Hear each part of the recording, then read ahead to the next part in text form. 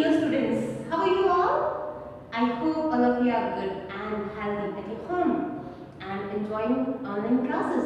Students, as you know that in our English class, we are studying book Moments, Supplementary Reader, and chapter number 7, The Last Leaf, which is written by O. Henry, is going on. And in previous session, we discussed the starting of this chapter and we came to know actually this story is about two friends, Sue and John C, who were very good friends and they were sharing the same flat and both were artists and they were having a good understanding between them.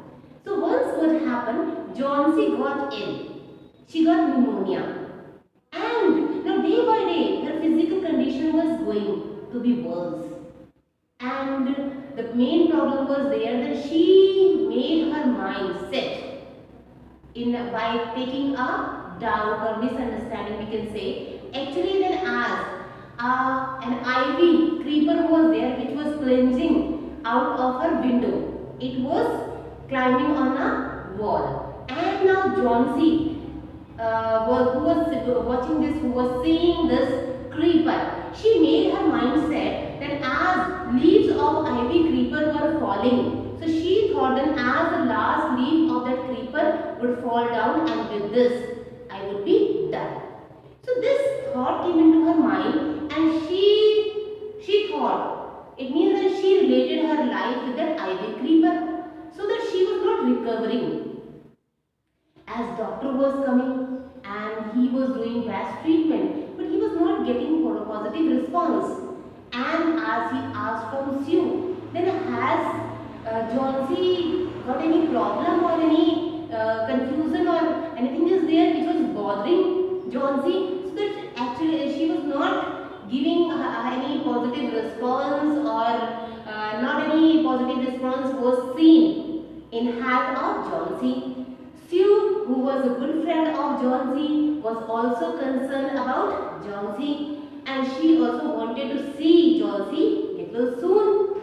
So she discussed with the doctor then as she would try something, and she tried to divert John C's mind because she did not know about this ivy creeper and thought of John C. So she thought that if she would divert the mind of John C, so maybe John C would get a good physical health. So she diverted her mind and she talked with her about dresses, about health, fashion and different topics. But John C was not giving any response. Even she brought painting board and started painting, and along with painting she was whistling. All these efforts were done by Sue just to divert the mind of John C. But John C was not responding. She was not paying attention towards Sue and activities done by Sue. And now Sue, who was doing great efforts, but her efforts were useless. She was unable to do anything.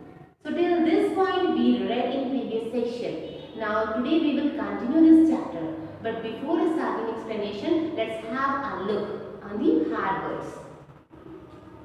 Fires. Fires means very violent. Cleansing. Cleansing means to hold on to someone or something very tightly. Wicked means morally bad. And gloomy. Gloomy means sad or depressed. Now let's see key points which we are going to discuss in today's explanation. First point is Sue gets to know about John C's strange belief. And next, Sue tries to convince John C and Benjamin at their flat.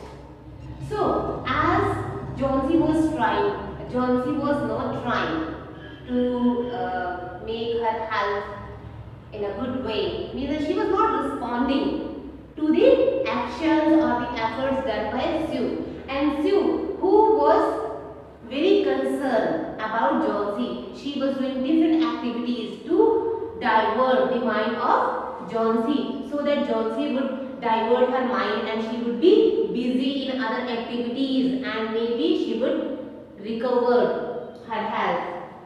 But now here Sue was helping helpless. Now, as a strange belief which Johnsy was having, that was unknown by everyone. As that's why Sue tried to convince Johnsy, but she was helpless. And now as now she came to know that here Johnsy was having a belief, and what was that?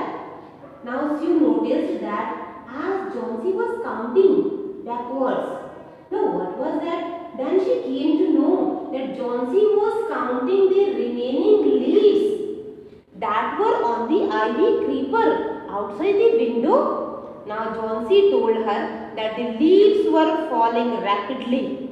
They were falling speedily in the autumn season.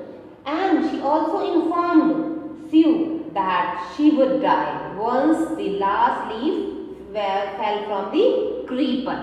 So here now, till that time when this thing was unknown by everyone, this mentality and this thinking was with Johnsy only. Then actually it was a season of autumn season, so it was natural. Then as in autumn season, leaves fall down. So it was a natural phenomena, but here this was the misunderstanding of Johnsy, who was relating these falling of leaves with her health. And she thought that as when last leaf of that creeper would fall down, along with that she would die. And now Sue came to know about this belief of Johnsy.